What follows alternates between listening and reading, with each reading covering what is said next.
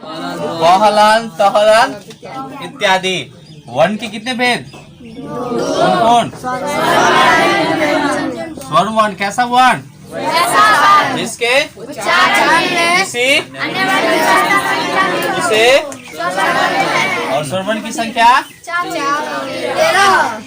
भेद उनकी 4 होती है।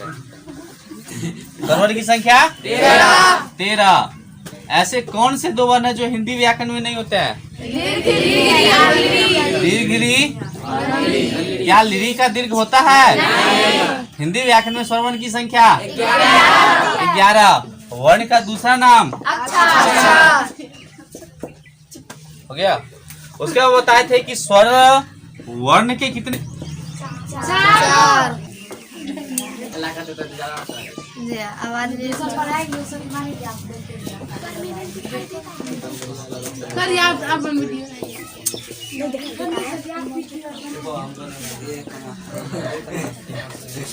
तो जो मत करिए, अच्छा नहीं लगता है।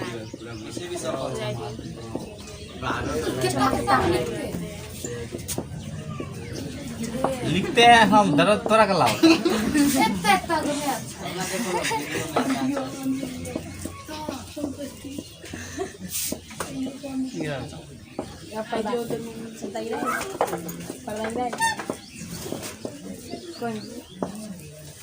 वीडियो खींच लीजिए, अगर मम्मी को बाद में दिखा दिए। आपका वाला मोबाइल यहाँ से नहीं लगाइए।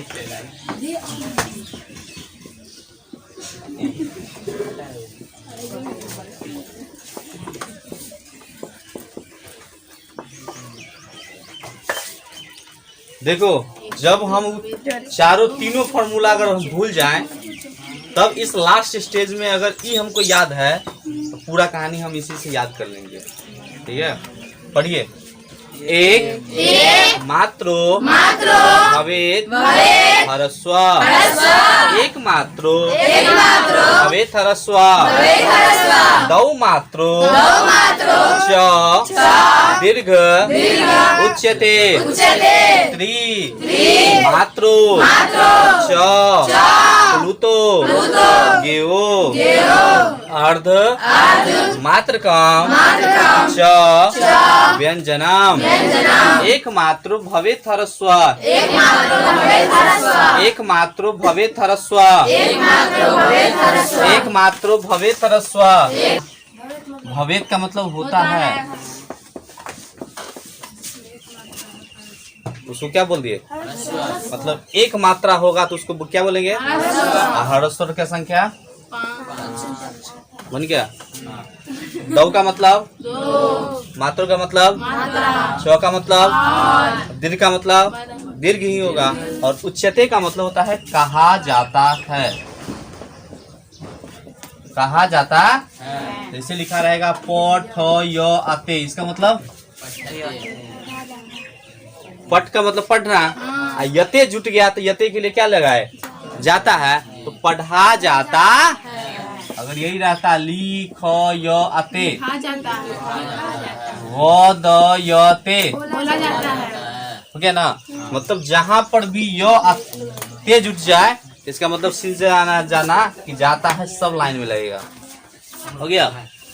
उसके बाद त्रि का मतलब मात्रा का मतलब च का मतलब प्लुतो का मतलब गियो का मतलब होता है जानना। मतलब 3 गो मात्रा जिसमें होगा उसको क्या जानेंगे? प्लुत जानेंगे। अब आइए यहाँ पे अर्ध मात्रकम याद करो। इस हलंत वाला क्या बोले थे? आधा। और ये आधा वाला हो गया तो क्या हो गया था? आधा हो गया था। और यह जो आधा होगा इसी को हम लोग व्यंजन बोलते हैं। बस समझ गए? अर्ध मात्रकम मतलब आधा मात्रक। जैसे च म संयुक्त च, तो ये आधा है। ये क्या है? व्यंजन है। लेकिन आप देखिए म में अगर हम उच्चारण करेंगे तो म तो अ निकलेगा। तो इस म में स्वर है ना। लेकिन म हलंत में स्वर है, ये अपने आधा है बेचारा। तो अर्ध मात्रकम च व्यंजनम। और आधा मात्रक जो होगा उसको क्या कहेंगे? व्यंजन। जुटा हुआ नहीं रहता है। सटल रहता है ऐसे, सटल सटल की। ठीक है, देखिए आप लोग गांव देहात में एक बात सुने होंगे, संयुक्त परिवार। संयुक्त राज्य अमेरिका। ठीक है, अब देखिए यह संयुक्त परिवार तो है, लेकिन परिवार कैसा है? मतलब इस संयुक्त का मतलब होता है कम से कम परिवार में यह जो होगा जुड़ा हो जाएगा, मतलब जोड़ा में होगा। ये जी होगा ना, मतलब वह परिवार ऐसा परिवार होगा जिसमें माता पिता, चाचा चाची, दादा दादी, भाई बहन सभी क्या रहते हैं, एक साथ रहते हैं। नाना नानी कहेंगे नहीं कि रहते हैं। बात समझ गए? तो संयुक्त का मतलब ये होता है जोड़ा, और जोड़ा क्या उससे बनेगा? दो से। कभी गए दुकान में, अगर लिट्टी खरीदने गए होंगे तो कहते हैं कि एगो या दूगो लिट्टी दीजिए, लेकिन अगर वही चप्पल के दुकान में गए होंगे तो क्या कहते हैं? एगो चप्पल दीजिए। क्या कहते हैं? चप्पल दीजिए। मतलब क्या, उसका सेंस हो गया कि वह दो चप्पल तुमको ऑटोमेटिक वह दे देता है, देता है ना, क्योंकि वह जोड़ा में ही मिलता है, नापे के लिए देता है।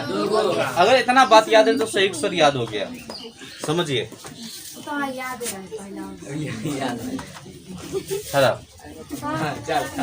तो बता दें कि जोड़ा, और यह जोड़ा वाला क्या होना चाहिए? स्वर होना चाहिए। अब देखिए गौर से, ए, ओ, आई और औ। अब देखिए थोड़ा सा ए को अगर ले लेते हैं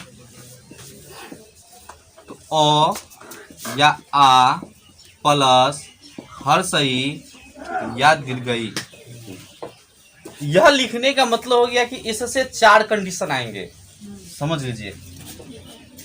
यदि अ प्लस ई जुटेगा तो क्या बनेगा? अ प्लस दीर्घई जुटेगा फिर भी ए बनेगा। आ प्लस हर्षई जुटेगा और आ प्लस दीर्घई जुटेगा फिर भी ए जुटेगा। अब देखिए अ भी आपका क्या है? स्वर है। ई भी क्या है? स्वर है। ई दोनों स्वर के मिलने से तीसरा एगो नया स्वर बना। कैसा स्वर? कैसा स्वर? वैसा स्वर जिसका निर्माण किए है ना, इसको क्या किए हैं? बनाए है ना। कैसा स्वर? जिसका कितने स्वर के? 2 स्वर वर्ण के मिलने से होता है उसे कैसा स्वर? वैसा स्वर जिसका क्या किया आप? जिसका क्या किए? निर्माण। कितने स्वर के? 2 स्वर के। एक स्वर और एक स्वर। कितने स्वर? 2। कैसा स्वर?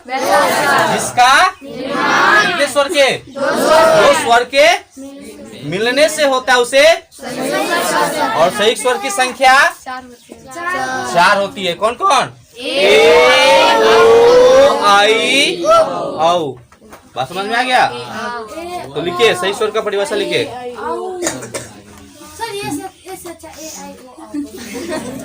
देखिए वैसा स्वर वैसा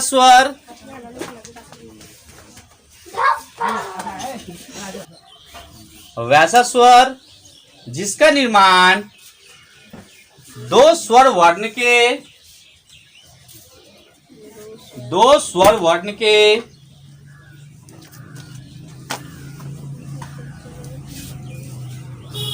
मेल से होता है। संख्या 4 होती है। मतलब 1 नंबर का क्वेश्चन तुम्हारे परीक्षा में यही सही स्वर से उठते हैं। पहला क्वेश्चन यही होगा कि ए का निर्माण किन 2 वर्णों के मेल से होता है। तो इस ए का निर्माण करने के लिए कितने कंडीशन? 4। Total 4 condition. क्या परीक्षा में चारों कंडीशन लिखना होगा? नहीं, परीक्षा में 4 कंडीशन में से कोई एक कंडीशन आप लिख देते हैं तो आप स्वतंत्र रूप हैं, मतलब आपका जो 1 नंबर का मार्क्स जो होंगे वो आपको मिल जाएंगे। तो मतलब क्या हो गया कि पहला लिखेंगे अ प्लस ई, मतलब हर्ष ई बराबर क्या बना ए, अ प्लस दीर्घ ई फिर भी क्या बना ए, आ प्लस हर्ष ई फिर भी क्या बना ए, और आ प्लस दीर्घ ई फिर भी क्या बना ए। अगर इस चारों को शॉर्ट में लिख दिया जाए तो क्या हो सकते हैं कि अ या आ प्लस हर्षई या बराबर ए। अब देखिए समझिए, इस ऑब्लिक का मतलब होता है दोनों में से कोई एक। यदि अ लेंगे तो आ नहीं लेंगे, हर्षई लेंगे तो दीर्घई नहीं लेंगे। देखिए अगर अ प्लस ई जोड़े तो ए बन गया, तो इसमें आ का प्रयोग नहीं किए, इसमें दीर्घई का प्रयोग नहीं किए, पहला कंडीशन हो गया। दूसरा कंडीशन में देखिए अ प्लस दीर्घई लिए तो ई नहीं ना लिए। तीसरा में देखिए आ प्लस ई लिए बन गया, और उसका चौथा में आ प्लस क्या लिए दीर्घई फिर भी क्या बन गया ए। तो इस ऑब्लिक का मतलब होता है दोनों में से कोई एक। यही है पहला क्वेश्चन, डील कीजिए।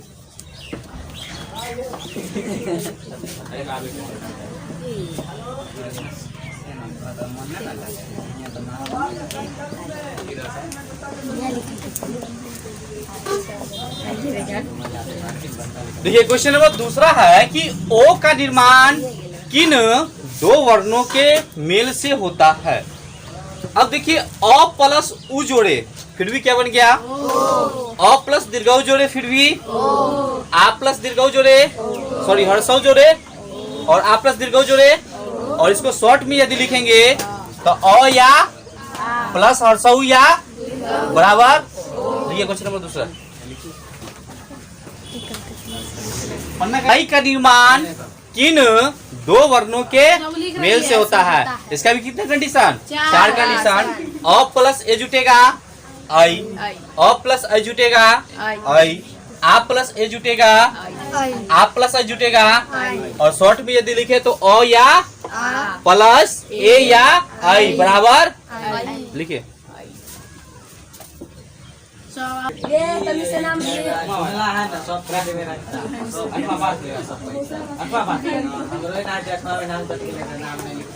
ये क्वेश्चन नंबर चौथा है, औ का निर्माण किन 2 वर्णों के मिलने से होता है। तो इसका भी कितनी कंडीशन, तो अ प्लस ओ बराबर औ, अ प्लस औ बराबर औ, आ प्लस ओ बराबर आ प्लस औ बराबर, और इसको करेंगे शॉर्ट फॉर्म में तो अ या आ प्लस ओ या बराबर लिखिए।